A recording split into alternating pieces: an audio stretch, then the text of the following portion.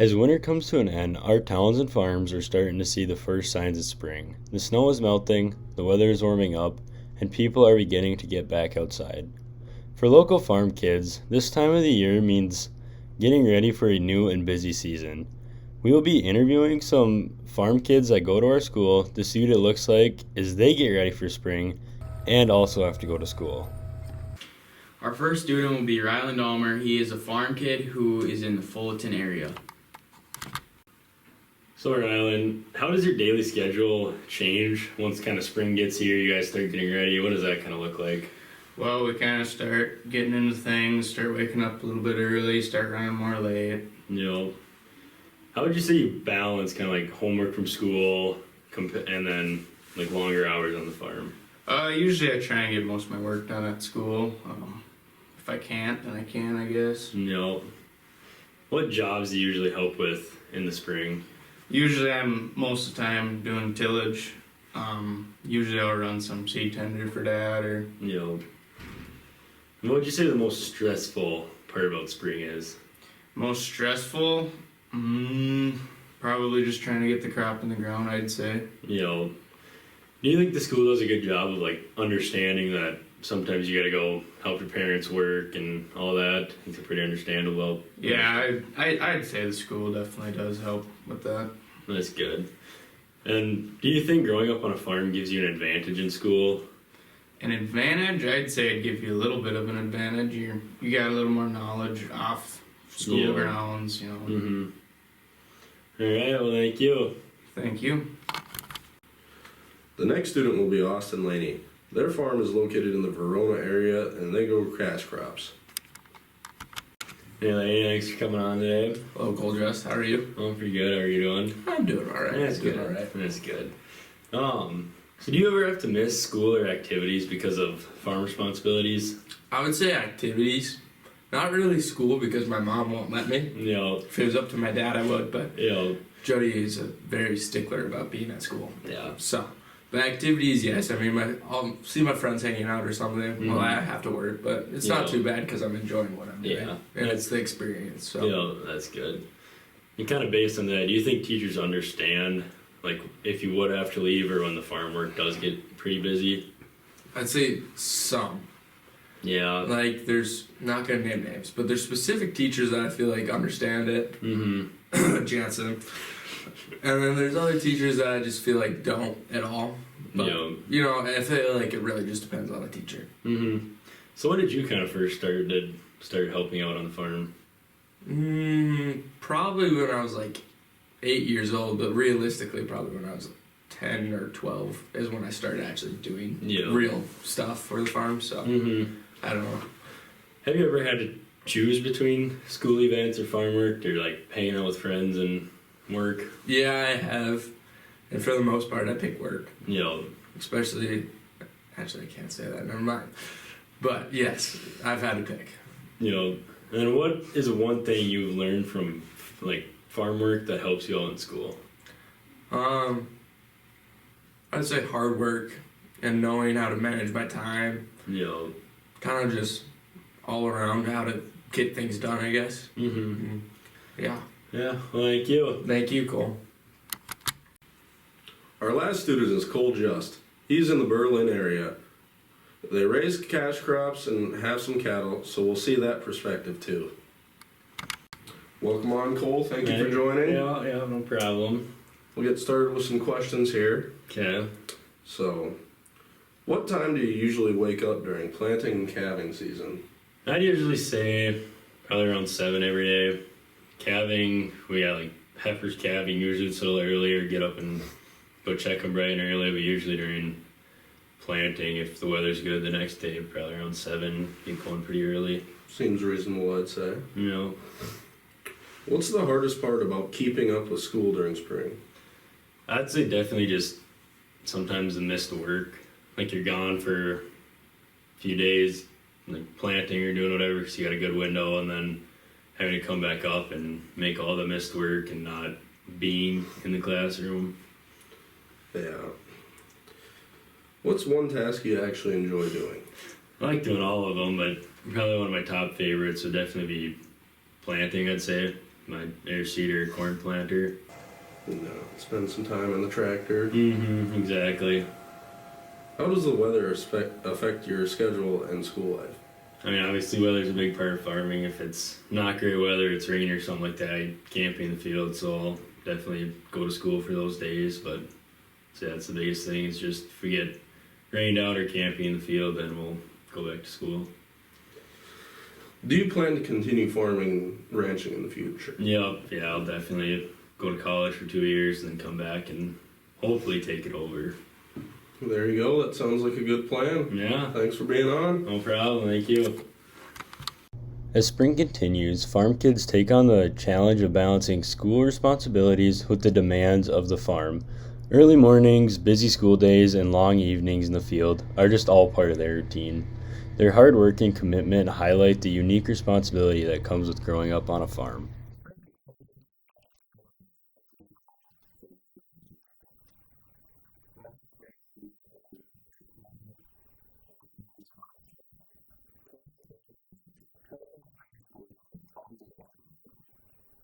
With the addition of softball, the spring sports season has been active. With Lemoore only having 2 gyms and the weather being unpermitting, these 4 sports have been having to practice inside a lot. Let's see what the coaches' thoughts are. With the amount of athletes this year going out for sports, what are the struggles with practicing inside?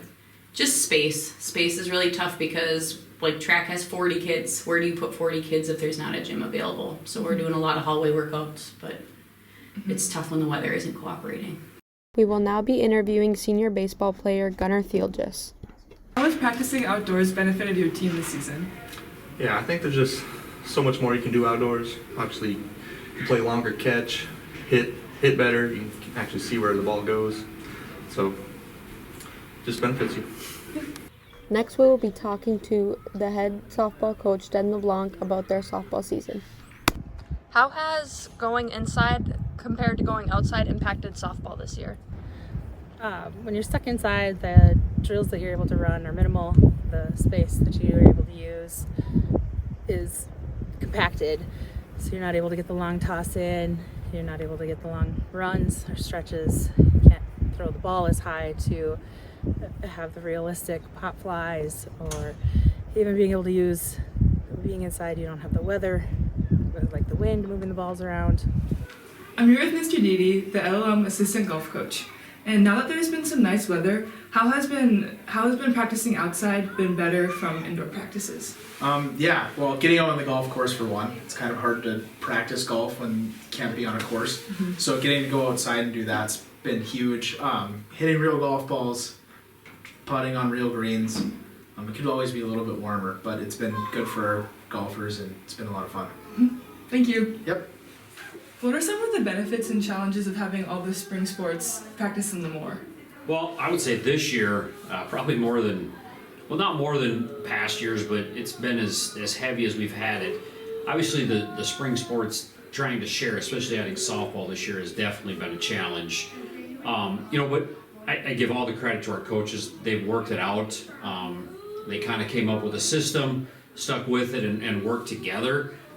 That's probably the biggest challenge, is the space when it's cold and wet and kids in the halls and that kind of stuff. But probably one of the benefits is just everybody knowing exactly every day where they're supposed to be, right? There's not that question of where are we going or who's going where. Everybody just knows to come here, and once you kind of get into that routine, it works itself out. For sure. The athletes, coaches, and staff have been dealing with the weather and space very well, as you can see. The seasons are coming to an end, and at this time of the year, let's all wish golf, track, baseball, and softball a great end to the seasons and hope for some nice weather.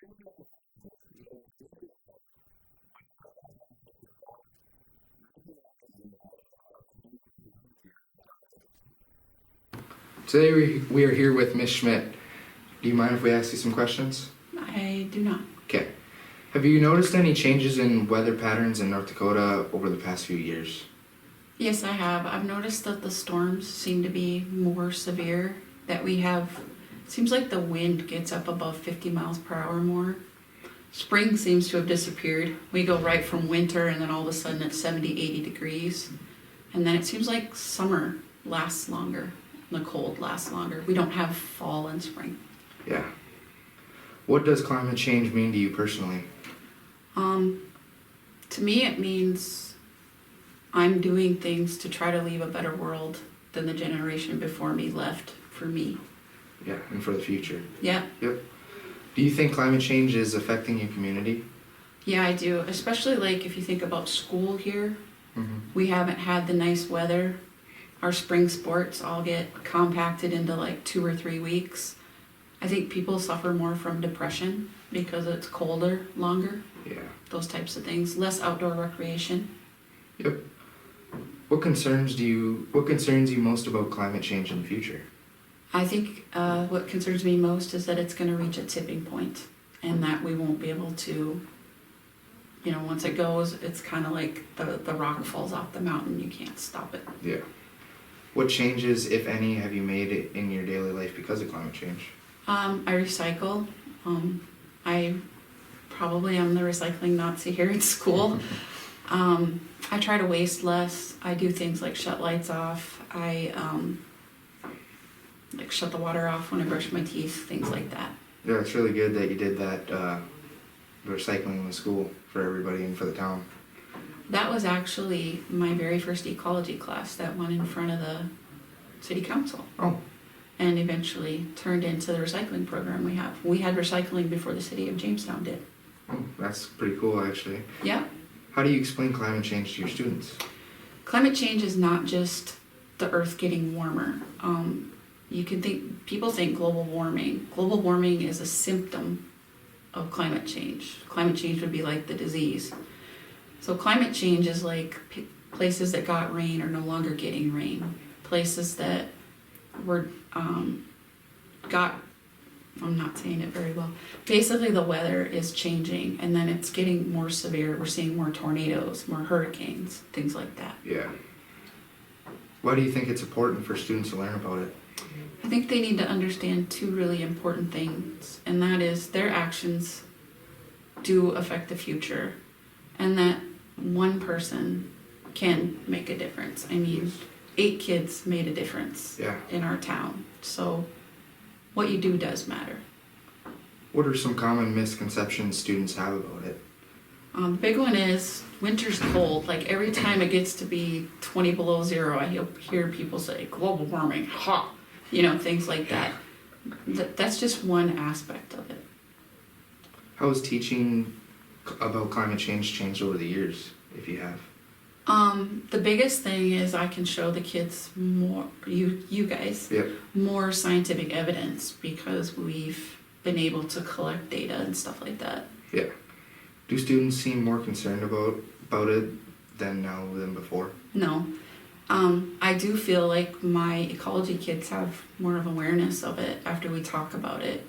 I always tell people they don't have to believe in climate change, but then I present the evidence. I mean, did you kind of change your opinion a little bit after you? It's fair. Yeah. How do you keep climate change lessons engaging for the students?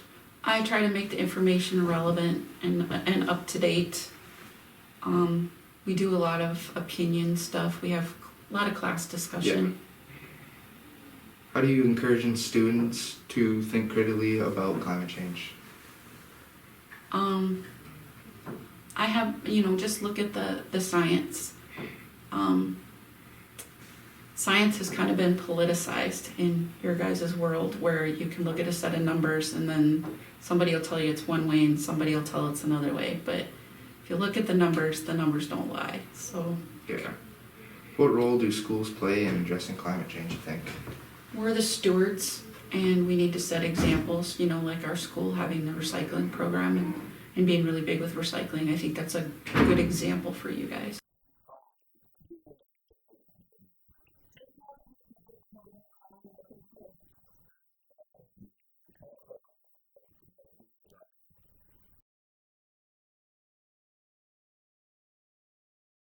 Your assassin game. It was kind of better when everybody only had one person. Well, we've heard you're doing pretty good this next round. Yeah, second place. How many kills you got? So boy, 14. Oh, geez. Who's in first? Karyssa. Ah, I see. Who's your favorite person you got out so far? Probably Nora because I sprayed her in the face. All right. That was kind of funny. Thank you, James. Yep.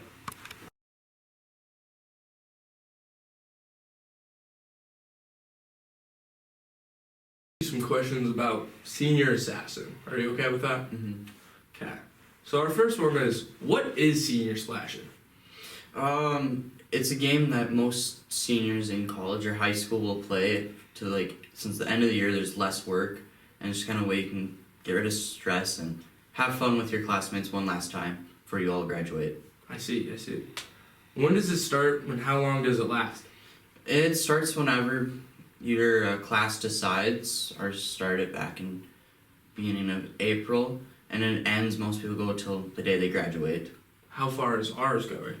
So ours will go for like 3 more weeks. Oh, geez. There's still some time. What are the rules everyone has to follow? Just basic rules. You can only get people with water guns or water balloons, depending on the weather. You cannot break into people's houses or commit a crime to get someone. If you do go into their house, you have to have permission from their parents, not their siblings. So whoever owns like the property, you need their permission. How do you get someone out?